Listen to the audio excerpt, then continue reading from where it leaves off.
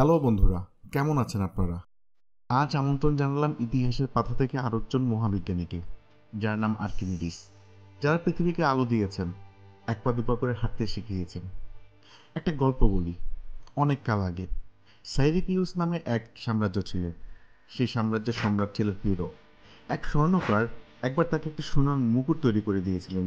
মুকুটটি হাতে পাওয়ার পর সম্রাটের মনে হলো এর মধ্যে খাদ মেশানো আছে, কিন্তু স্বর্ণকার খাদের কথা কথা অস্বীকার করল। কিন্তু সম্রাটের মনের সন্দেহ দূর হলো না। তিনি প্রকৃত সত্য নিরূপণের ভার দিলেন রাজদরবারের প্রধান বিজ্ঞানী আর্কিমিডিসের উপর। মহা ভাবনায় পড়ে গেলেন আর্কিমিডিস। সম্রাটের আদেশে মুকুটের কোনো ক্ষতি করা যাবে না। আর্কিমিডিস ভেবে পান না মুকুট না ভেঙে কেমন করে তার খাত নির্ণয় করবেন। কয়েকদিন কেটে গেল। ক্রমশই অস্থির হয়ে ওঠেন আর্কিমিডিস। একদিন দুপুরবেলা মুকুটের কথা ভাবতে ভাবতে সমস্ত পোশাক খুলে চৌবাচ্চায় স্নান করতে নেমেছেন তিনি।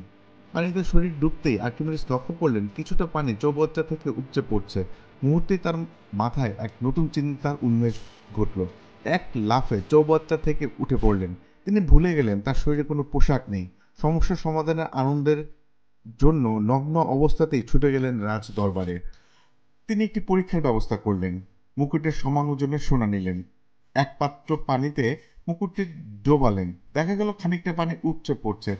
এবার মুকুটের ওজনের সমান পরিমাণ সোনা নিয়ে তিনি জলপূর্ণ অবস্থায় আরেকটি পাত্রের মধ্যে সোনাটি ডুবালেন। যে পরিমাণ পানি উপচে পড়লো তা ওজন করে দেখা হলো।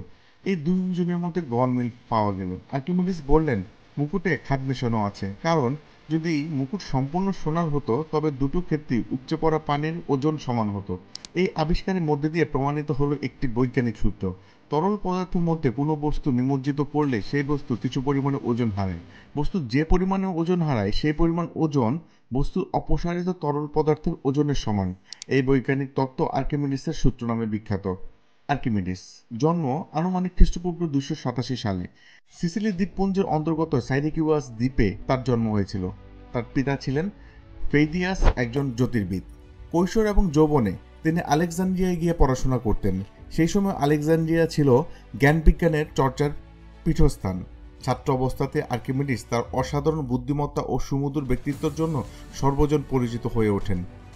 তার গুরু ছিল ক্যানন, জ্যামিতির জনক মহান ইউক্লিডের ছাত্র। পূর্বসূরীদের পদাঙ্ক অনুসরণ করে তিনি চেয়েছিলেন গণিতবিদ হবেন। অঙ্কশাস্ত্র, বিশেষ করে জ্যামিতিতে তার আগ্রহ ছিল সবচেয়ে বেশি। ইউক্লিড, ক্যানন যেখানে তাদের বিষয় সমাপ্ত করেছিলেন, আর্কিমিডিস সেখান থেকেই তার কাজ আরম্ভ করেন। আর্কিমিডিস যুদ্ধকে ঘৃণা করতেন। আজ্ঞাবহ হয়ে কাজ করাও তার প্রকৃত বিরুদ্ধ ছিল। কিন্তু যেহেতু তিনি ছিলেন সাইরিকিউয়াসের একজন প্রজা, সম্রাট হিয়েরের রাজকর্মচারী, তাই নিরুপায় হয়েই তাকে সম্রাটের আদেশ মেনে চলতে হতো। সম্রাটের আদেশেই তিনি প্রায় 40টি আবিষ্কার করেন। তার মধ্যে কিছু ব্যবসায়িক জিনিস হলেও অধিকাংশ ছিল সামরিক বিভাগের প্রয়োজনীয়। আর্কিমিডিসের একটি আবিষ্কার ছিল পুল ও লিভার। একবার কোনো একটি জাহাজ কোনো একটি চরে এমনভাবে আটকে গিয়েছিল যে তাকে আর কোনোভাবেই পানিতে ভাসানো সম্ভব হচ্ছিল না। আর্কিমিডিস ভালোভাবেই সবকিছু পর্যবেক্ষণ করলেন। তার মনে হলো একমাত্র যদি এই জাহাজকে একটু উঁচু করে তোলা যায় তবেই জাহাজটাকে পানিতে ভাসানো সম্ভব। আর্কিমিডিসের কথা শুনে সকলে হেসে উড়িয়ে দিল। অল্প কয়েকদিনের মধ্যেই উদ্ভাবন করলেন তিনি লিভার আর পুলি। জাহাজ ঘাটে এটা উঁচু জায়গায় লিভার খাটাবার ব্যবস্থা করলেন। তার মধ্যে বিরাট একটা দড়ি বেঁধে দিলেন। দড়ির একটা প্রান্তে জাহাজের সঙ্গে আস্তে পৃষ্ঠে বাঁধা হলো। এই অদ্ভুত ব্যাপার দেখতে সম্রাট হিরো নিজেই এলেন জাহাজ ঘাটায়। নগর ভেঙে যেখানে যত মানুষ ছিল সকলেই জড়ো হল। আর্কিমিডিস সম্রাটকে অনুরোধ করলেন লিভার লাগানো দড়ি আরেকটা প্রান্ত ধরে টানতে। আর্কিমিডিসের কথায় সম্রাট তার সমস্ত শক্তি দিয়ে দড়িতে টান দিলেন। সাথে সাথে অবাক কাণ্ড, নড়ে উঠল জাহাজটা। চারিদিকে চিৎকার উঠল। এবার সম্রাটের সাথে দড়িতে হাত লাগালেন আরো অনেকেই। সকলে মিলে টান দিতেই সত্যি সত্যি জাহাজ শূন্যে উঠতে আরম্ভ করলো। সম্রাট আনন্দে বুকে জড়িয়ে ধরলেন আর্কিমিডিসকে। এই আবিষ্কারের ফলে বড় বড় পাথর, ভারী জিনিস, কুয়া থেকে জল তোলার কাজ আরো সহজ হলো। একবার আর্কিমিডিস গর্ব করে বলেছিলেন, আমি যদি পৃথিবীর বাইরে দাঁড়াবার একটু জায়গা পেতাম তবে আমি আমার এই লিভার পুলির সাহায্যে পৃথিবীটাকেই নাড়িয়ে দিতে পারতাম। রোমান সেনাপতি মার্কিউলিয়াস সাইরিপিয়াস আক্রমণের জন্য বিরাট নৌবাহিনী নিয়ে রওনা হলেন। মার্কিউলিয়াস ছিলেন রোমান সাম্রাজ্যের আরও একটি সাম্রাজ্য। রোমান সেনাপতি সাইরিপিয়াস দখল করে নেন। মার্কিউলাস আদেশ দিয়েছিলেন আর্কিমিডিসকে যেন হত্যা না করা হয়, তাকে সসম্মানে তার কাছে নিয়ে আসা হয়। কারণ তিনি স্বচক্ষে দেখতে চেয়েছিলেন সেই মহান বিজ্ঞানীকে যিনি একাই তার বিশাল সেনাবাহিনীকে প্রতিহত করেছিলেন। কিন্তু সৈনিকদের কেউই আর্কিমিডিসকে চিনতেন না। তারা সমস্ত নগরময় অনুসন্ধান করতে আরম্ভ করলেন কে এই আর্কিমিডিস। আত্মগুলো আর্কিমিডিস তখন আপন মনে গবেষণাগারে কাজ করে চলেছেন। শত্রুপক্ষের যুদ্ধ জয়ের কোনো সংবাদই তিনি রাখতেন না।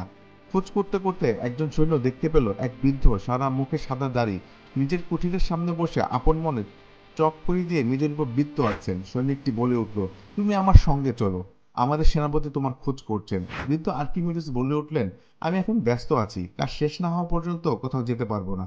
এই ধরনের কথা শুনবার জন্য প্রস্তুত ছিল না রোমান সৈন্যটি। তাকে যে আদেশ দেওয়া হয়েছে তাকে তা পালন করতেই হবে। আর্কিমিডিসের হাত ধরতেই এক টানে ছাড়িয়ে নিলেন আর্কিমিডিস। আমার কাজ শেষ না হলে আমি কোথাও যেতে পারবো না। আর সহ্য করতে পারলেন না সৈনিক। পরাজিত দেশের এক নাগরিকের এত দূর স্পর্ধা তার হুকুম অগ্রাহ্য করে একটানে কোমরে তলোয়ার বের করে ছিন্ন করল মহাবিজ্ঞানীর দেহ। রক্তের ধারায় শেষ হয়ে গেল তার অসমাপ্ত কাজ। আর্কিমিডিসকে হত্যা করা হয়েছিল সম্ভবত খ্রিস্টপূর্ব 212 সালে। বিজ্ঞানীর ছিন্ন মুন্ডু দেখে গভীরভাবে দুঃখিত হয়েছিলেন মার্কিউলাস। তিনি মর্যাদার সাথে আর্কিমিডিসের দেহ সমাহিত করেন। মহাবিজ্ঞানী আর্কিমিডিসের আবিষ্কারের সম্বন্ধে সঠিক কোনো তথ্য পাওয়া যায় না। সামরিক প্রয়োজনীয় যন্ত্রপাতি আবিষ্কার করলেও ওই বিষয়ে তার কোনো আগ্রহ ছিল না। মূলত গাণিতিক বিষয় ছিল তার আগ্রহ। দিনের অধিকাংশ সময় তিনি গবেষণায় নিমগ্ন থাকতেন। বাইরের জগতের সব কথাই তিনি তখন ভুলে যেতেন। এমন বহু সময় গিয়েছে তার কাজের লোক তাকে খাবার দিয়ে গেছে, সারাদিন তিনি সেই খাবার স্পর্শই করেননি, ভুলেই গিয়েছিলেন খাবারের কথা। আবার কখনো স্নান করতে গিয়ে ঘন্টার পর ঘন্টা সেখানেই কাটিয়ে দিতেন। খোঁজ করতে গিয়ে দেখা গেল তিনি স্নানাগারের দেয়ালেই অঙ্ক কষে চলেছেন। বলবিদ্যা, জ্যামিতি, জ্যোতির্বিদ্যা সংক্রান্ত বিষয়ে তার রচনার সংখ্যা মোট 12টি। এছাড়াও তিনি আর যে সমস্ত রচনা করেছিলেন তার কোনো সন্ধান পাওয়া যায় না। গণিত সংক্রান্ত ব্যাপারে আর্কিমিডিসের উল্লেখযোগ্য আবিষ্কার হলো বৃত্তের পরিধি এবং ব্যাসের অনুপাত এর মধ্যেই অবস্থিত। অধিবৃত্তীয় অংশগুলোর ক্ষেত্রফল নির্ধারণ করেছিলেন। শঙ্ককৃতি ও গোলাকৃতি বস্তুর সম্বন্ধে 32টি প্রতীক উদ্ভাবন করেছিলেন। বলবিদ্যার তত্ত্বের ভিত হিসেবে সমতল ক্ষেত্রের সাম্যতা সম্বন্ধে তত্ত্ব নির্ধারণ করেন। তার বহু আবিষ্কৃত সত্য আজও বিজ্ঞানীদের পথ নিদর্শন করে। ভালো থাকবেন সবাই।